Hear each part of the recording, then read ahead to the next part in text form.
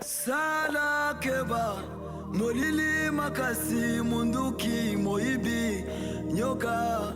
Vous avez passé un bon week-end en famille, à l'église, en activité, surtout que nous sommes en période de fin d'année où les gens sont en train de se déplacer, qui vont en voyage pour voir la famille.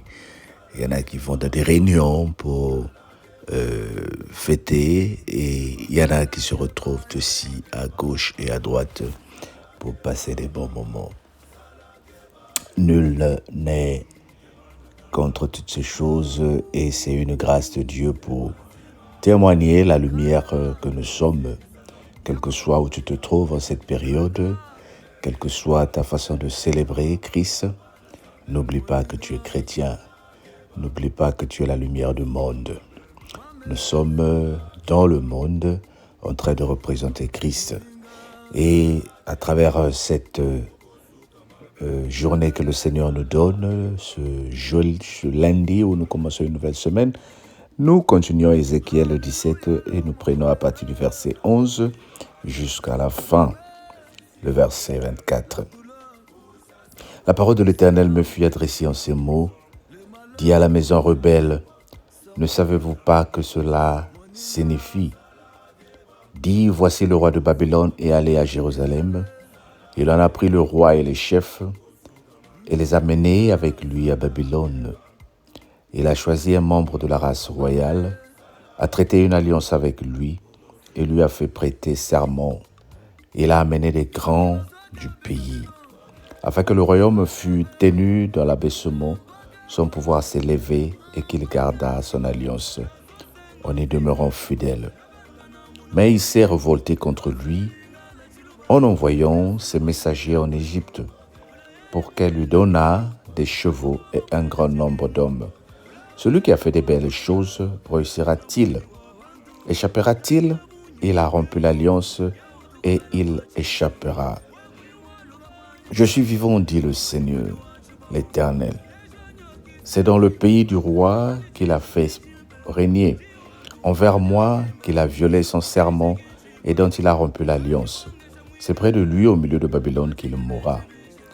Pharaon n'ira plus avec une grande armée et un peuple nombreux le secourir pendant des guerres. Lorsqu'on élèvera des terrasses et qu'on aura fait des retranchements pour exterminer une multitude d'âmes. Il a méprisé le serment, il a rompu l'alliance, il a donné sa main, il a fait tout cela et il n'échappera pas. C'est pourquoi ainsi parle le Seigneur, l'Éternel. Je suis vivant, c'est le serment fait en moi, en mon nom qu'il a méprisé, c'est mon alliance qu'il a rompue. Je ferai retomber cela sur sa tête. Je tendrai mon ré sur lui et il sera pris dans mon filet. Je l'emmènerai à Babylone et je la plaiderai avec lui, avec sa perfidie à mon égard. Tous les fouillards de toutes ces troupes tomberont par l'épée et ceux qui resteront seront dispersés à tous les vents. Et vous saurez que moi, l'Éternel, j'ai parlé. Ainsi parle le Seigneur, l'Éternel. J'enverrai, moi, la cime d'un grand cèdre et je la placerai. J'arracherai de sommet de ses branches un tendre rameau et je le planterai sur une montagne haute et élevée. Je le planterai sur une haute montagne d'Israël. Il produira des branches et portera du fruit. Il deviendra un cèdre magnifique. Les oiseaux de toute espèce reposeront sur lui et tout ce qu'il a des ailes reposeront sur l'ombre de ses rameaux. Et tous les arbres du champ sauront que moi, l'Éternel, j'ai abaissé l'arbre qui s'est levé et élevé l'arbre qui s'est abaissé. Et j'ai desséché l'arbre vert et fait verdir l'arbre sec. Moi, l'Éternel, j'ai parlé et j'agirai.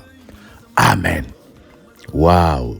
Ici, le Seigneur est en train de parler de cet arbre-là qui croyait croître, pourtant qui produisait des fruits, mais que le Seigneur dit va abaisser.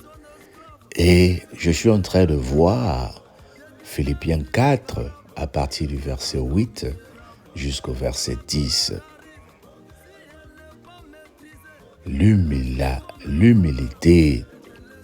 Le Seigneur dit, je vais faire abaisser l'arbre qui se croit fort. Je veux faire abaisser l'arbre qui se croit malin pour faire baisser l'arbre qui est humble. Oh bien-aimé, lorsque nous sommes humbles dans le Seigneur nous élève. Et quand le Seigneur nous élève, ce n'est pas juste pour nous. Nous devenons l'arbre qui produit l'ombre. Et regarde un peu l'arbre, comment l'arbre est très utile, surtout dans les pays africains où il y a beaucoup de chaleur. Nous avons de la chaleur en Afrique, surtout dans les pays subsahariens où il fait très chaud. Et si vous pouvez avoir un arbre, ça donne pas seulement des fruits, ça donne l'ombre. Et lorsque nous avons chaud, on s'assoit au lieu de l'arbre et l'arbre nous produit le bonheur. Maintenant, regarde un peu l'arbre que tu produis. Regarde un peu l'arbre que dont le Seigneur parle. Imaginez que tu as chaud, tu t'assois sous l'arbre et les oiseaux aussi viennent commencer à laisser ou faire couler de leurs fessiers ou de leurs déchets pour que ça tombe sur nous. Regarde un peu comment tu seras déçu. Mais tu seras dans la joie quand l'arbre te procure du bonheur. Tu es assis au pied d'un arbre qui te donne non seulement l'ombre, et cet arbre fait tomber par exemple des mangues mûres. Que du bonheur. Dis avec moi, que du bonheur. Nous sommes appelés à représenter l'arbre. C'est-à-dire tout ce que le Seigneur te donne.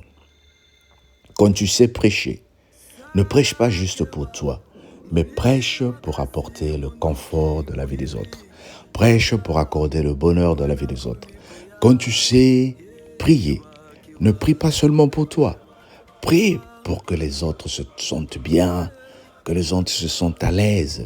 Quand tu sais parler, parle pour que tu mettes les gens à l'aise, pour que tu sortes des paroles qui bénissent, pour que tu sortes des paroles qui ne blessent pas, mais des paroles qui sont en train de bénir la vie des gens bien-aimés. Le Seigneur t'a donné la grâce d'être ce que tu es pour que tu supportes les faibles. La Bible dit que ceux qui sont forts dans la foi supportent les faibles. Est-ce que tu sais qu'il y a des gens qui ne savent pas prier? Mais grâce à toi, ils copient comment tu pries et ils sont en train de se développer. Encourage-les, donne-leur la chance de prier, soutiens-les. Pendant que, voilà pourquoi au niveau de la cellule de prière, parfois nous encourageons l'officiant, au lieu de dire une personne a prié, tu dis un tel prie. C'est ce que le Seigneur me donne souvent comme grâce. Aider ceux qui ont du potentiel à se développer. Et quand tu te développes, aide aussi ceux qui sont moins faibles. Aide aussi ceux qui sont faibles, pardon. Ne prends pas toute la place. Ne pense pas qu'il n'y a que toi.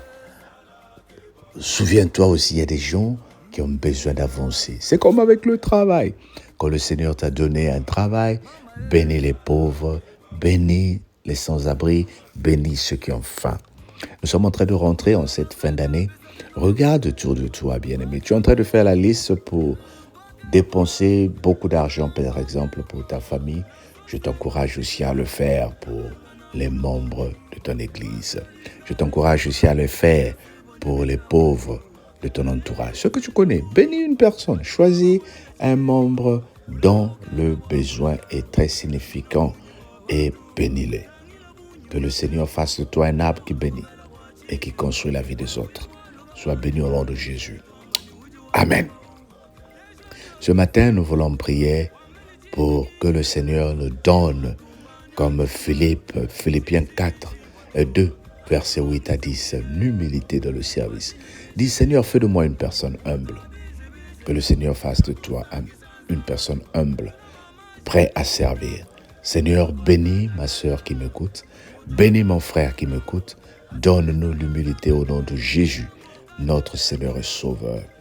À midi, nous prions pour que le Seigneur amène l'harmonie dans tous les endroits où nous nous trouvons, dans nos groupes, dans nos églises, dans nos familles. Prions pour l'harmonie.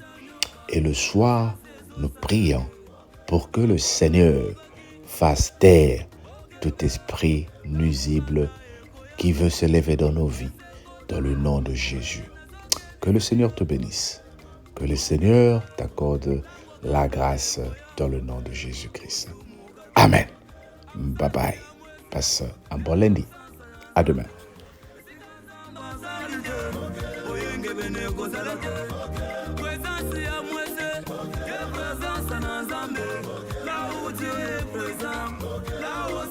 La justice, la colère n'est pas être dominant des yeux.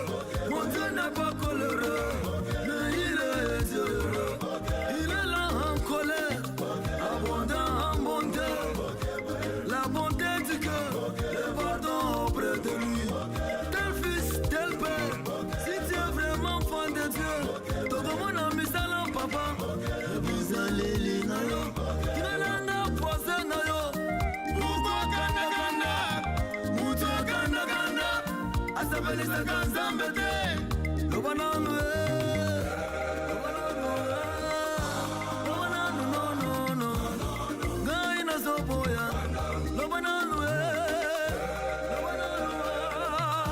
lobananwe désormais gaina zoboya ambula maza kwaku ambula maza za kwaku maza wey maza maza maza maza wey bum bum pourquoi la colère? Pourquoi la colère? Pourquoi la colère? Elle est associée à la chaleur. Si tu es son esclave, tu commettras des dégâts irréparables qui te rendront misérable. Lorsque la colère arrive, si elle n'est pas maîtrisée, elle agit comme un voleur et te laisse dans des douleurs. Le voleur est dans le diable, sachant qu'il a peu de temps. Il veut gagner son temps lorsqu'il est sur le champ. Toujours pressé. Il a pressé pour tuer, pressé pour voler, pour anéantir. Sous la pression des colères, Caïn tua son frère. La colère de l'homme n'accomplit pas la justice. Sous la pression des colères, Siméon et Lévi, ils ont tué, ils ont massacré.